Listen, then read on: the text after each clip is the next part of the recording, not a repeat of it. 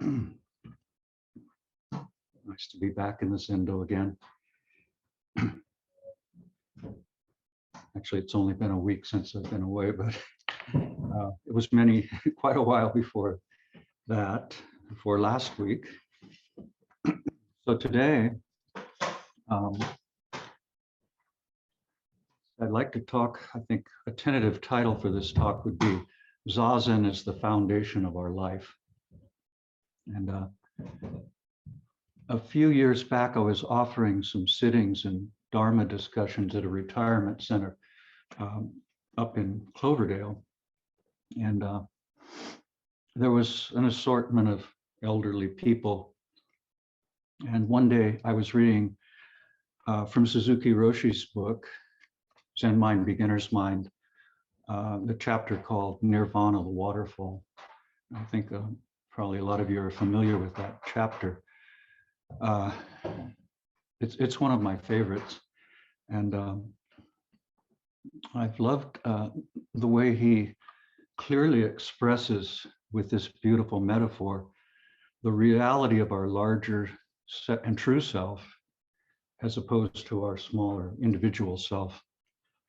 And as you may recall, he was looking at the waterfall in Yosemite, and he compares our individual life to a single drop.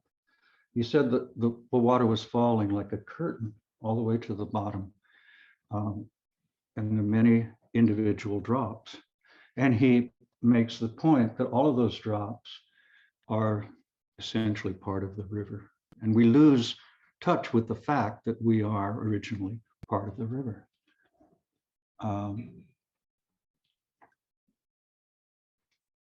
So basically that's when we're attached to our ego self, right? And it's a beautiful expression of no coming and no going, no birth, no death. But how do we understand our connection, our essential nature as river? And he doesn't really say that so much, and it's almost a koan when you read it. But I read this piece, and there was a woman there. She's sort of unassuming. She said she had practiced she had done retreats, Zen retreats, and she said, at the end, she said, the river of now. The river of now was very nice. We often forget that, it's the river of now. This is our essential nature. So when Roshi asked me what my theme would be today, I told him I wanted to talk about the idea of making Zazen the foundation of our life. And the reason I was kind of reflecting on that was I kind of went through a period where I was like being very negative and self-judgmental. And but then through Zazen, it sort of was dissolved. It was absorbed in my Zazen practice and just became another passing stage, let's say, I saw the ephemeral nature of that feeling. It was a strong feeling. And thinking about our practice, and I mentioned this before lately, sitting early in the morning, either on Zoom or on our own, it's a very special, quiet time when we can really find that peace within ourselves. And I know sometimes I'll get up late, I won't sit early, and I'm caught up, in things to do. And when will I sit? But if we can schedule our time early and try it, if we're householders, try it, getting up early, set that time before, the sun's up and people are awake and traffic outside and you've got things to do, right?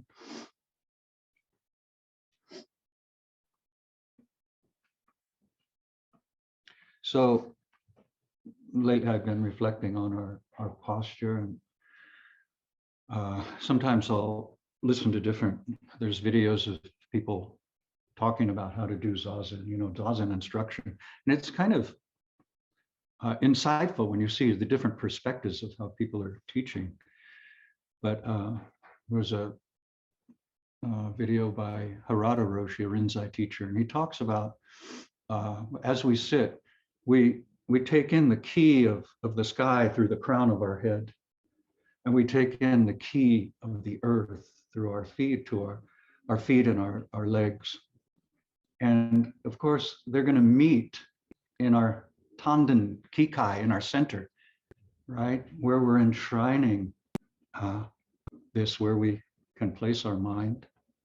So it's a very beautiful, protected place, of peace. I think of the pyramids. I know in Mesoamerica, many of the centers of the pyramids, there were well-respected, revered rulers with all their earthly treasures entombed in the very center of the pyramid. And the pyramid is a very solid structure. Even if we're in a chair, we're upright and balanced.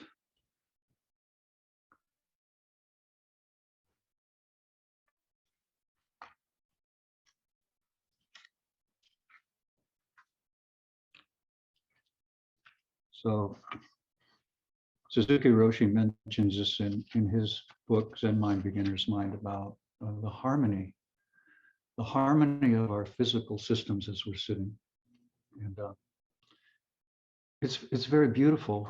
We're not always so conscious of it, but on some level, it is penetrating us that we've got a very slow rhythm of the digestive system, and we've got this percussive heartbeat, and we've got this flow of blood, all of these things working in harmony, right? With our breath and the blood taking and nourishing all the cells throughout our body. It's really quite miraculous, but do we reflect on it very often? I'm not sure we do. But I think in our sitting, even though we're being very still, there's also this very powerful harmony. And it's reflective of the universe. It's just part of the dynamic working of the universe.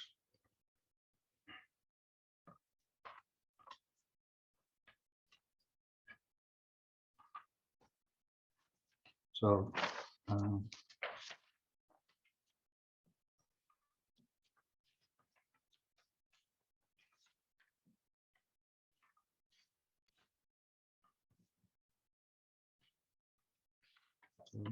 we have this rare gift to truly appreciate our mind in all its richness and depth, and also its lively activity.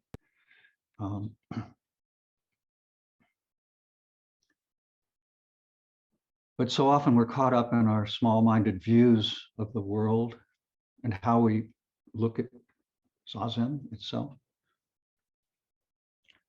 and maybe miss what it can truly offer us. Maybe we'll say, oh, I have so much to do. I don't have time to be sitting doing nothing on a cushion, right? But over the past few years, I've come to see the true value in just sitting, especially, as I said, early in the morning.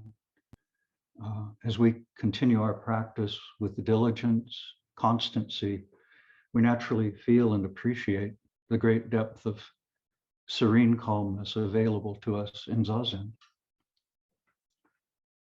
And in turn, within our very minds, and likewise, we see the clarity and also the liveliness and unpredictable nature of our mind when we're thinking, but to let it go, just clouds passing, not to hold on to it, to our thinking.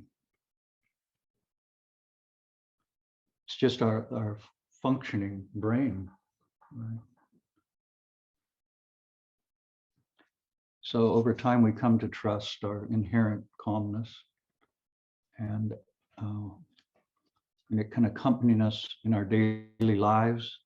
Maybe at first we need little markers and practices and to come back. But through our practice over time, It just becomes second nature. We trust in that calm, serene, present mind. Right? So today, I wanted to look at Uchiyama Roshi's book called Opening the Hand of Thought. It's kind of a primer on Zen. And I hadn't read it for quite a while, but there was a section that was kind of jumping out, calling to me, called, I think it's Zazen is our true teacher. Yeah, Zazen is our true teacher.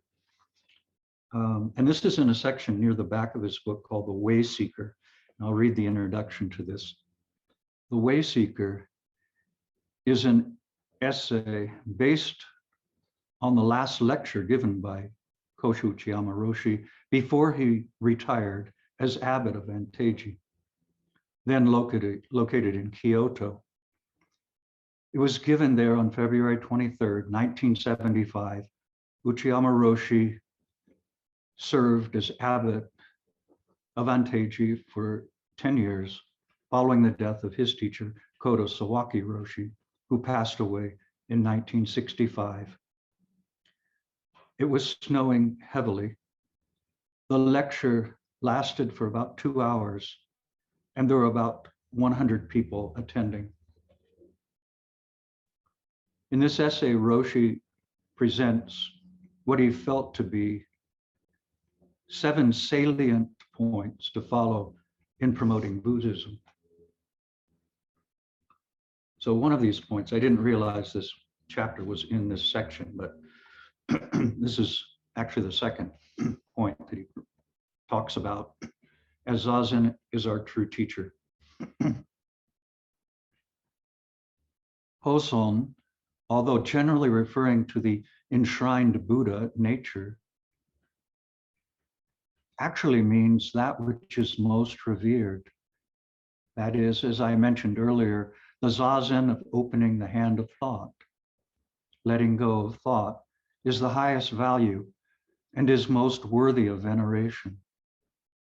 Once a visitor to Anteji wanted to pay reverence to the Buddha statue in the Zendo. I opened up the door. He was surprised to see a big electric fan above the altar, and he exclaimed that it was irreverent to put a fan above the Buddha. People in Kyoto think that the Buddha statue is the most venerable thing in a temple, but in Anteji, the Hoson is on the other side of the hall. Zazen is the most revered one. The electric fan is installed above the Buddha statue to keep the room cool in the summer for the people who sit. It's important to keep the room cool in the summer and warm in the winter. The Buddha statue is just an embodiment of Zazen as the most venerable thing. Actually, opening the hand of thought for oneself should have ultimate value. If we're not careful, we're apt to grant ultimate value to something we've just made up in our heads. Worldly types, always in a haze, thinking of money, fame, or status as the most valuable thing. Since we sometimes become absent-minded and forget what is most important, we need to practice and reflect upon ourselves continually. This is what I mean by saying Zazen is the most venerable thing in our lives. This applies equally well to the notion of a true, genuine teacher. In Japanese, shoshi, Dogen Zenji said, if you cannot find a true teacher, it's better not to practice at all. Who or what is a true teacher then? If we mull it over in our heads and decide that so-and-so must be a true teacher, we're making a big mistake. We're only trusting our misguided thought that a certain person is a true teacher. Zazen, which is letting go and opening the hand of thought, is the only true teacher. This is an important point. I've never said to my disciples that I'm a true teacher. From the beginning, I've said that the Zazen each of us practices is the only teacher, only true teacher. Since Sawaki Roshi passed away, I've been giving Teisho Dharma lectures to my disciples, but this is just my role. I've never said I'm a true teacher or that I'm always right. Whether you think I am a true teacher or not is only your opinion. A true teacher is just not that sort of thing. The zazen of opening the hand of thought is for each of us the true teacher. Please do not forget that zazen is what is most venerable and constitutes our true teacher. So when I read this, I think, well, this is, we do have a teacher. A teacher is important for us. Roshi has guided me over the years and benefited deeply from his generous teachings and example. And it is not always easy to take feedback, right?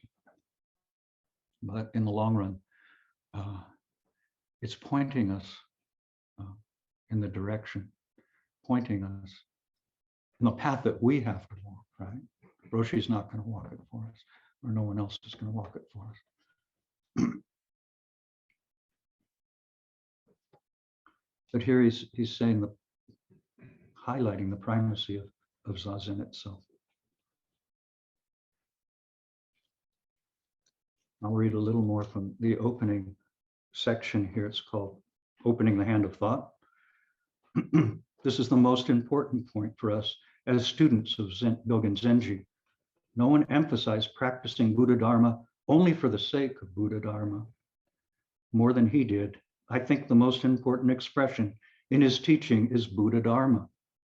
Despite that, we've become so familiar with the expression that we often pass over it without even considering what it really means. Lately, I've been looking over some commentaries in modern Japanese versions of the Genjo Koan.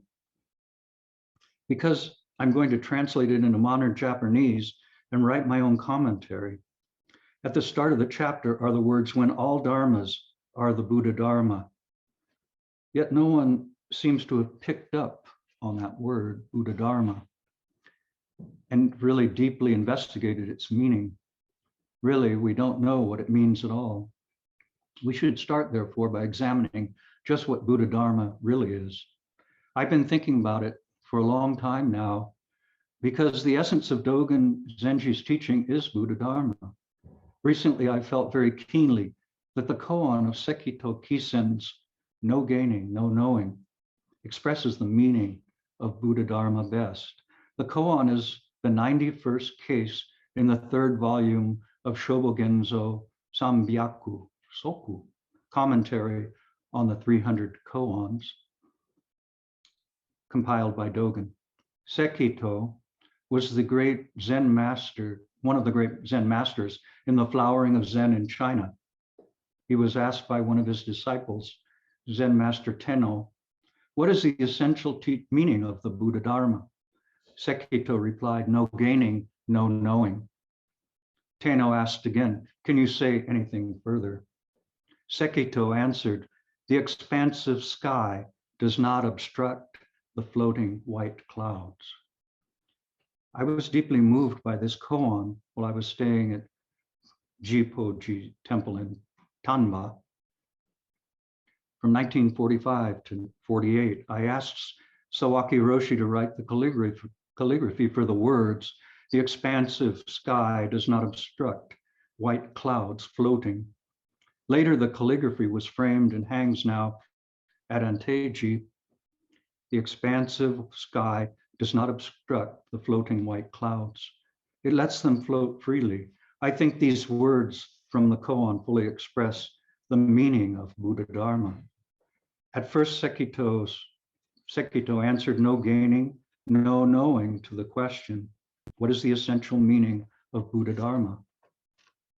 From looking at the Chinese, it might appear that he said, I don't know, but that's not what he meant. He meant no gaining, no knowing is Buddha Dharma.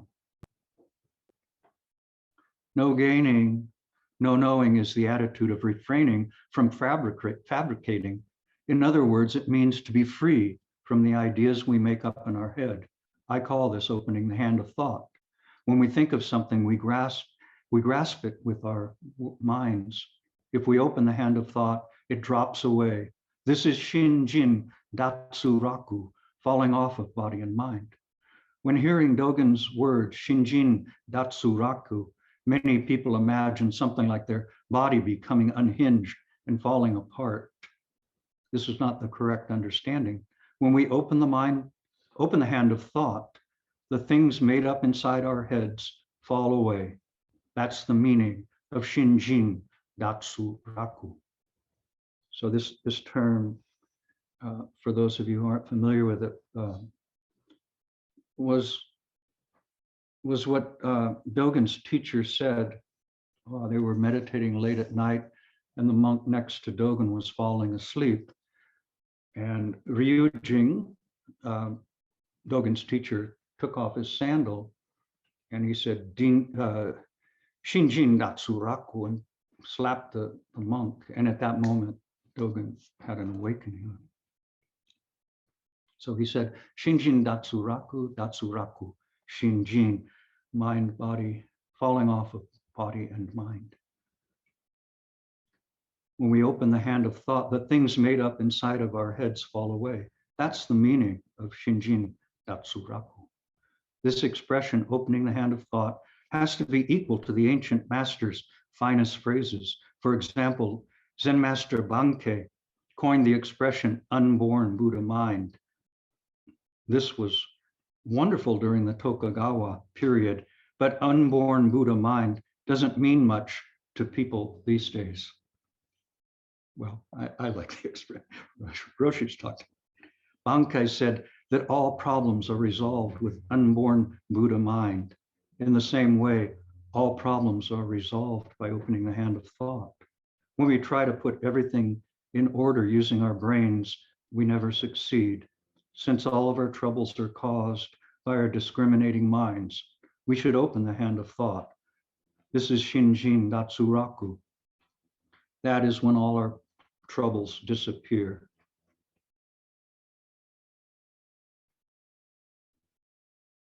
People are fighting with each other, each family trying to draw water. So he quotes a poem. When the quarrel over water reaches its highest pitch, a sudden rain. People are fighting with each other, each family trying to draw more water into their own paddy, rice paddy, during the dry summer. At the height of the conflict, it suddenly gets cloudy, starts thundering, and big drops of rain begin to fall. The rain resolves the fundamental cause of the fight. In the same way, if we think something is a big problem, should we choose A or B, for example, we struggle to resolve it in our heads, but we open the hand of thought. When we open the hand of thought, the problem itself dissolves. When we are sitting, we open the hand of thought and let all thoughts come and go freely. What is the essential meaning of Buddha nature? No gaining, no knowing. Can you say anything further? The expansive sky does not obstruct the floating white clouds. This koan describes what Zazen is quite well. What on earth is Buddha Dharma? Fundamentally, it's just opening the hand of thought. And to practice opening the hand of thought concretely with the body and mind is Zazen.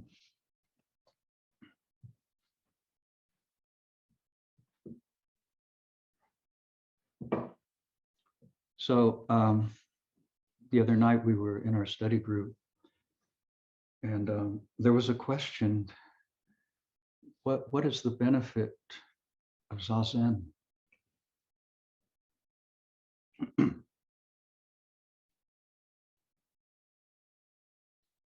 Maybe sometimes we ask ourselves that. You know, is this doing anything for me?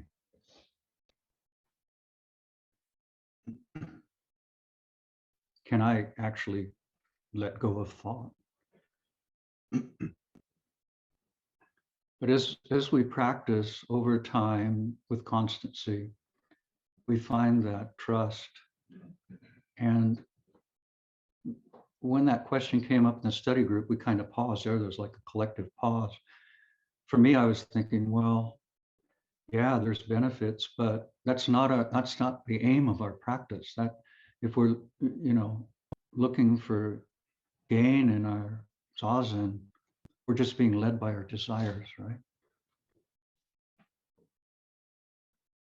But at the same time, we can see benefit. Sometimes we may take a little break from sitting, and we can see how profound it can be, how even just getting up and feeling, being totally present without our projections and seeing things as it is. So in a sense, it's a bit of a koan to practice without a gaining idea.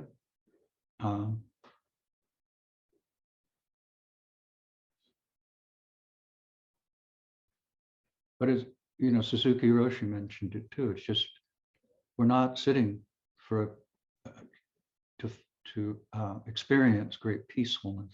It's just sitting with whatever comes up, and we condition ourselves just to do it always.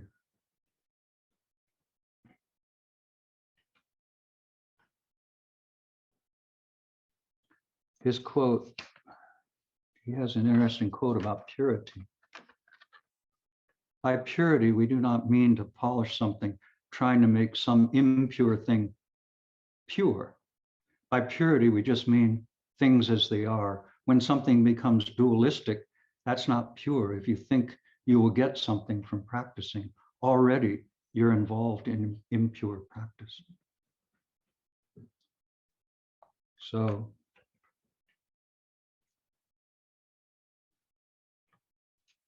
one of the things I was thinking about later when we were talking about the benefits,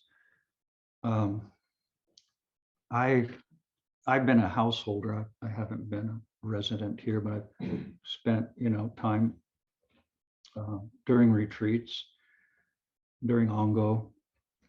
But I look back at my years. What I see as a benefit of the practice has been this stability and anchor. I worked as a bilingual elementary school teacher. I know a lot of you know that, but for those of you who don't, I taught almost 28 years in the elementary schools. And it was fairly challenging as a bilingual teacher because you're teaching in two languages and working with two separate cultures. And I raised a family, and I think I was able to do that because of my connection and practice here. It gave me that stability. So as we sit, as we calm our minds, there's this great openness and freedom, but also the stability that we feel. Both of those things, like the key of the sky and the key of the earth coming together, and how it penetrates our life. So the program that I was working in, and it was actually in Healdsburg, they dissolved the program because they felt the students, the Spanish-speaking students, I think one of the reasons was they weren't getting enough, they're making enough progress in their English. So I didn't want to continue if the program wasn't going. And so this was 11 years ago. And I decided to retire early. And it was a bit of a risk, but it just felt like that's what I needed to do because I wasn't using Spanish anymore, and I really wanted to work with Spanish-speaking students. And so it was about the time I was ordained, and I kind of just said, okay, this is going to be a career change. It's not a retirement, because my children were still young at home or fairly young, and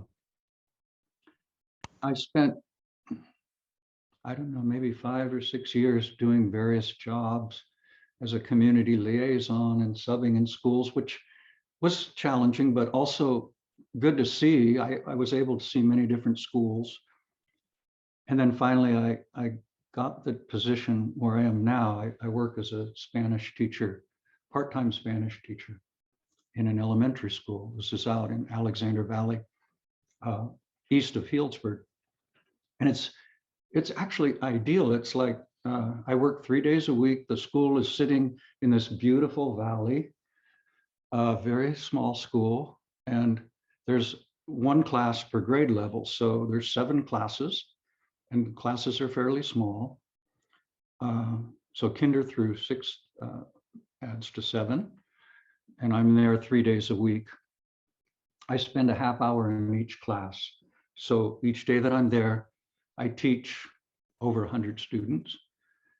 And for the most part, I get 5 minutes between classes.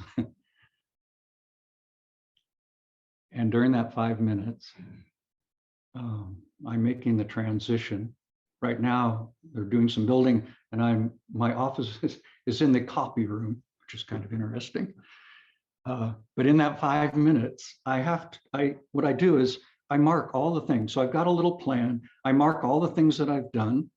Okay, a red check. Yes, I did that. I did that. And then a little next. And then I put down, okay, next, I'm going to do this and that. And then I'm also planning for the next class. So getting things together. So we're present, right? We're present, but we do have to plan and we have to reflect. And we want to be a good bonfire and burn ourselves completely.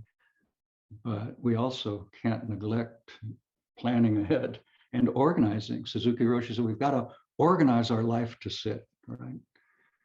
He didn't emphasize it that much, but I think there's a lot to that. And so I found just now I'm starting to get a feel for this. I've developed a curriculum and trying to make it so that I can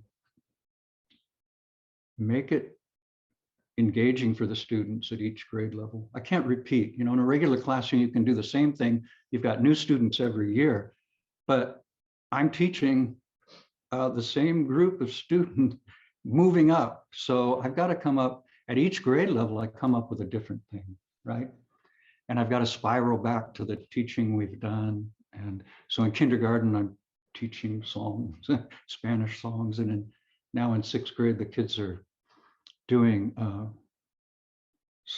group slide presentations on Spanish speaking countries, all in Spanish. So it's amazing to see that growth over that, 6 years or so.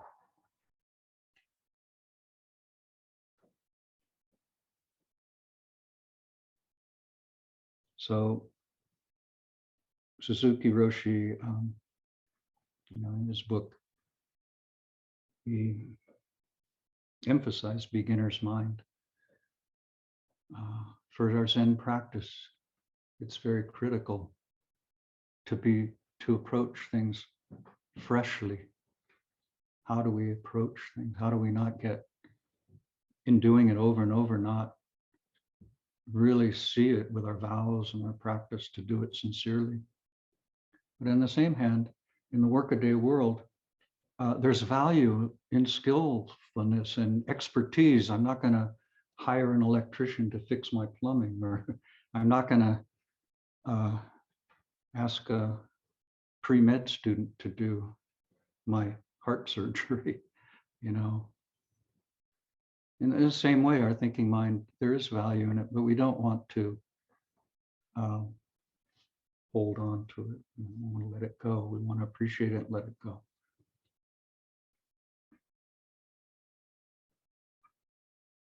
So now, sort of entering into dark times.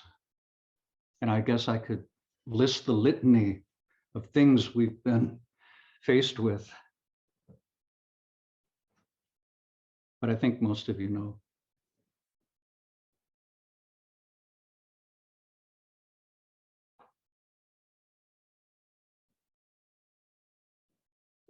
So I saw a definition of Sangha as being harmony. Harmony of the Sangha, harmony of the practice. So much of our world seems out of harmony, divisive, falling apart. Right? But here we can trust each other in our practice and be supportive of each other. in a harmonious way. This is conditioning, you know, this is not depending on our society for support. This is our true support.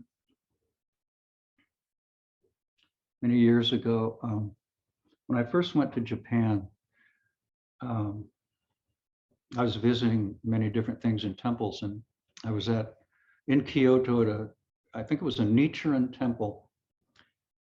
And it was kind of, they had a little hosting for travelers, and in the morning there was a service, and they had a little Buddha hall downstairs. It was very early, like 5 in the morning, and I was there with a couple, and they had a child. I think it was their son, around 7 or 8. And this Nichiren priest came in. He just came in, like, you know, full of life and vigor, and he spoke for 45 minutes at least, nonstop, in Japanese, and I hardly understood anything he said. But he suddenly stopped his lecture, and he went shuffling. He was fairly old and getting around. You could hear him shuffle.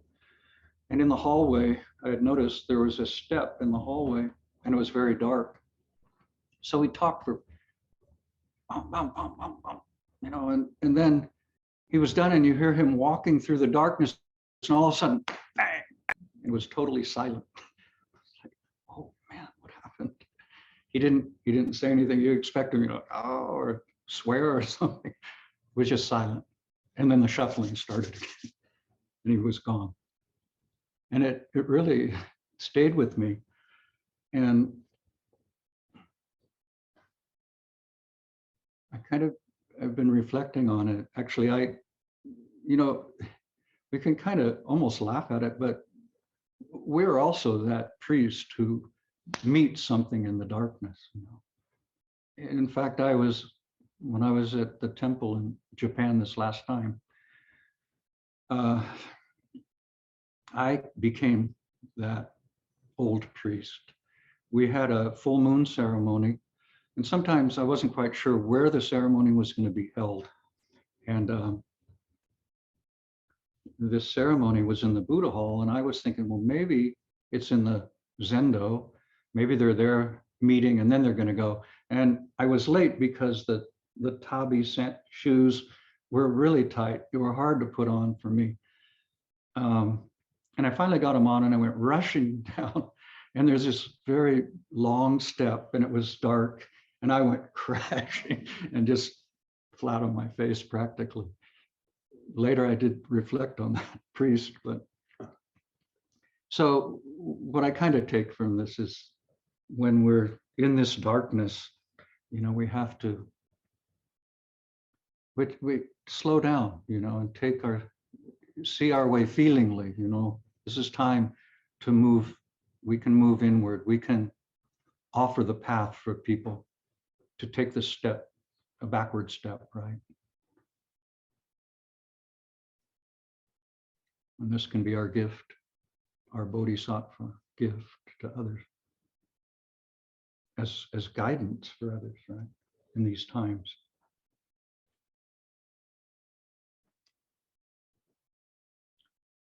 It's not that we shouldn't always slow down. We might be driving our car on a one lane road, and someone's going very slow in front of us, right? And it actually becomes hazardous. You know, you've got to pull over and let people by if you're going too slow. So we have to be appropriate to the circumstances we find ourselves in.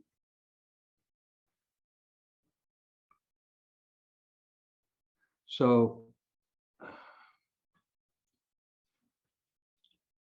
I'd just like to conclude with a couple things.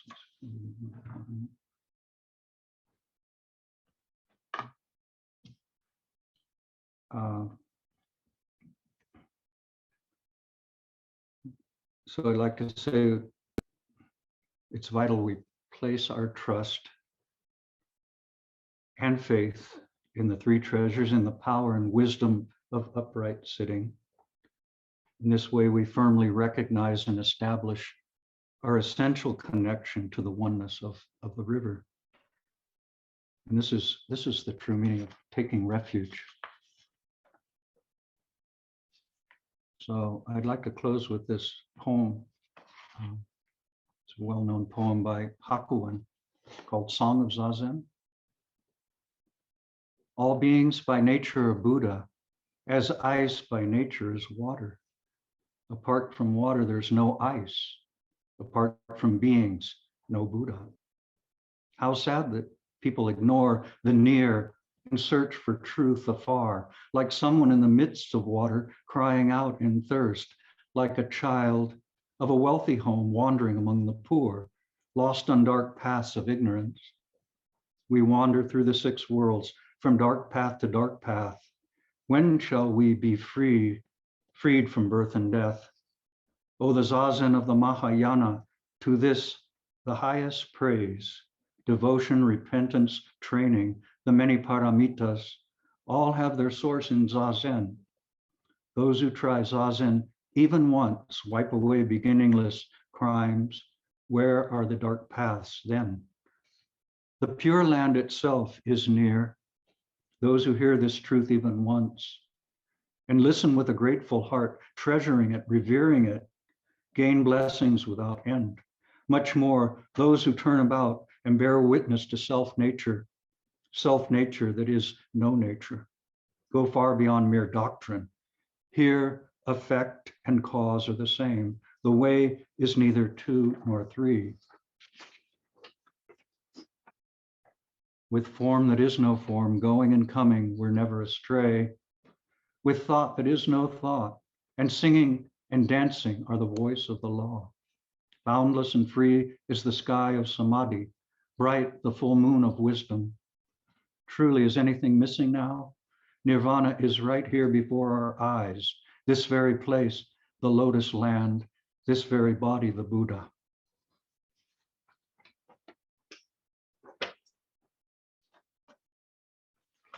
Thank you very much.